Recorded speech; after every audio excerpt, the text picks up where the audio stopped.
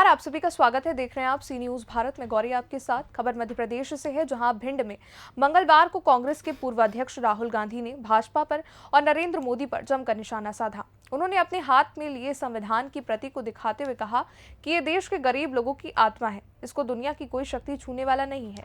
भाजपा वाले सपना देख रहे हैं। राहुल ने कहा कि अगर भाजपा आरक्षण के खिलाफ नहीं है तो पब्लिक सेक्टर का प्राइवेटाइजेशन क्यों किया जा रहा है। अब भाजपा चाहती है कि देश को 20-25 अरबपति चलाएं। मैं आपको बताने आया हूं कि ये किताब गरीब लोगों की आत्मा है। दुनिया की कोई ताकत भारत के संविधान को नहीं बदल सकती, लेकिन भाजपा वाले इस काम को करना चाहते हैं। आइए सुनाते हैं राहुल गांधी ने इस दौरान क्या कुछ कहा। भैया, आपने 1 लाख रुपए मतलब महिलाओं को पकड़ा दिया। आपने भैया 1 लाख रुपया महिलाओं को पकड़ा दिया। नरेंद्र मोदी जी ने हमें भूखा मार दिया, हमसे पकौड़े तलवा दिए, थाली बजवा दी, मोबाइल फोन की लाइट जलवा दी। हमारा क्या होगा? और बिल्कुल सही सवाल है, आपका क्या होगा? क्योंकि पैसा तो आप देते हो, जीएसटी जितनी आप देते हो उतनी अदानी देता है। आप शब्द खरीदते हो, जीएसटी देते हो। पेट्रोल भरते हो, जीएसटी देते हो। पकौड़े खाते हो, जीएसटी देते हो। पैसा आपका सीधा आपके जेब में जाता है, अदानी की जेब में जाता है, अंबानी की जेब में जाता है। अच्छा, एक बात बताओ, आपने नरेंद्र मोदी जी की अदानी और अंबानी के साथ फोटो तो देखिए ना, सूट में मोदी जी, अदानी जी, अंबानी जी राम मंदिर में देखी तो है ना। मगर नरेंद्र मोदी जी के मुंह से आपने अंबानी शब्द कभी सुना? अदानी शब्द कभी सुना? नहीं। क्यों नहीं? मेरी फोटो देखी उनके साथ कभी?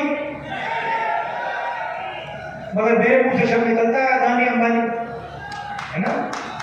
फर्क समझो, मैं आपका हूं, वो उनके हैं। इंडियन ऑयल पब्लिक सेक्टर की कंपनियों में, सरकारी ऑफिस में, सरकारी अस्पतालों में, सरकारी कॉलेजेस और यूनिवर्सिटीज में आपको 1 साल की पक्की नौकरी मिलेगी, ट्रेनिंग मिलेगी और 1 लाख रुपया आपका साल का बैंक अकाउंट में डाल दिया जाएगा। 8,500 रुपए महीने के, 1 लाख रुपए साल के, करोड़ों महिलाओं को मिलेंगे और वही काम करोड़ों बेरोजगार युवाओं को मिलेगा। और आपको गारंटी कानूनी एमएसपी मिलेगी। भाइयों और बहनों, 30 लाख सरकारी वैकेंसीज हैं। नरेंद्र मोदी जी प्राइवेटाइज करते जाते हैं, ठेकेदारी प्रथा उन्होंने लागू कर रखी है। आप सबका उन्होंने जो आपका हक बनता है वो छीन लिया। ये जो 30 लाख नौकरियां खाली पड़ी हैं, हमने कैलकुलेट किया, हमने निकाला है आंकड़ा, इनको हम 6 महीने के अंदर आपके हवाले कर देंगे। 8,500 रुपया हर महीना खटाखट आप सुबह उठेगी, 1 तारीख को आप सुबह उठेगी, कहेंगे चलो देखते बैंक अकाउंट में क्या है। बैंक अकाउंट में देखेंगी, जादू से हिंदुस्तान की सरकार 8,500 रुपए डालेगी। अगले महीने जून में देखेंगी, चलो 1 तारीख को देखते क्या हुआ, 8,500 रुपए खटाक जून में, जुलाई में, अगस्त में, सितंबर में, दिसंबर, नवंबर, हर महीने 1 तारीख को 8,500 रुपए, साल के 1 लाख रुपए। ताली बजा दो, मीडिया में दिखाएगी।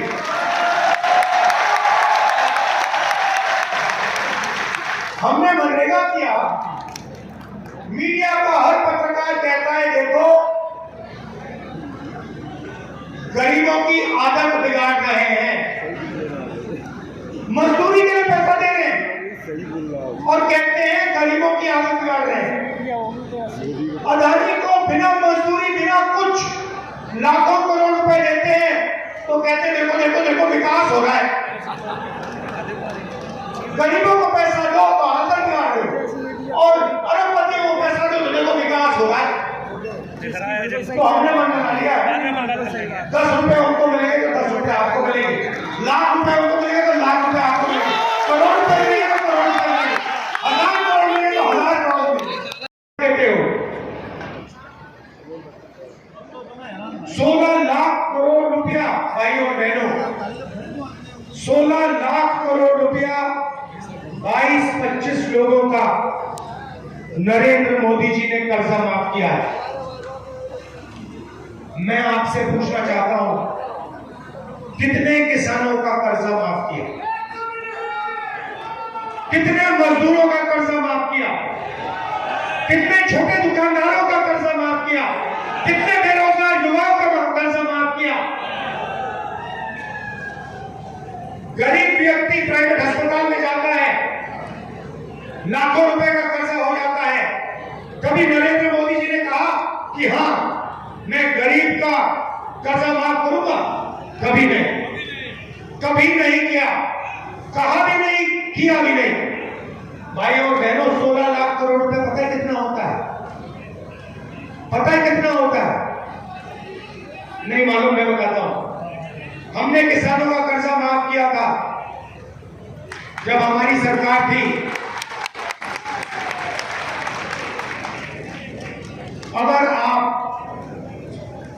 25 साल के लिए हर साल हिंदुस्तान के हर किसान का कर्जा माफ करोगे तब 16 लाख करोड़ रुपए बनते हैं। देश के वरिष्ठ नेता भाई और बहनों, कांग्रेस पार्टी के हमारे बब्बर शेर कार्यकर्ता, प्रेस के हमारे मित्रों, आप सबका यहाँ बहुत बहुत स्वागत। गर्मी में आप मेरी बात सुनने आए, इतनी दूर से आए, खासतौर से जो महिलाएं आई हैं, आपका मैं दिल से धन्यवाद करता हूं।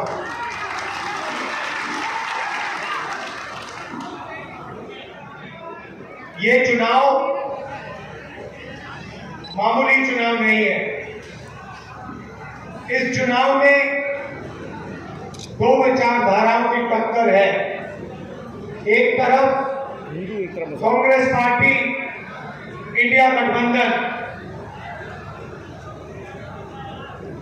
जो संविधान को बचाने की कोशिश कर रहा है।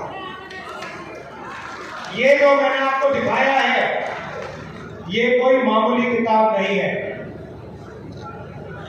इस किताब के आने से पहले, आजादी से पहले, हिंदुस्तान के गरीबों के पास, दलितों के पास, आदिवासियों के पास, पिछड़ों के पास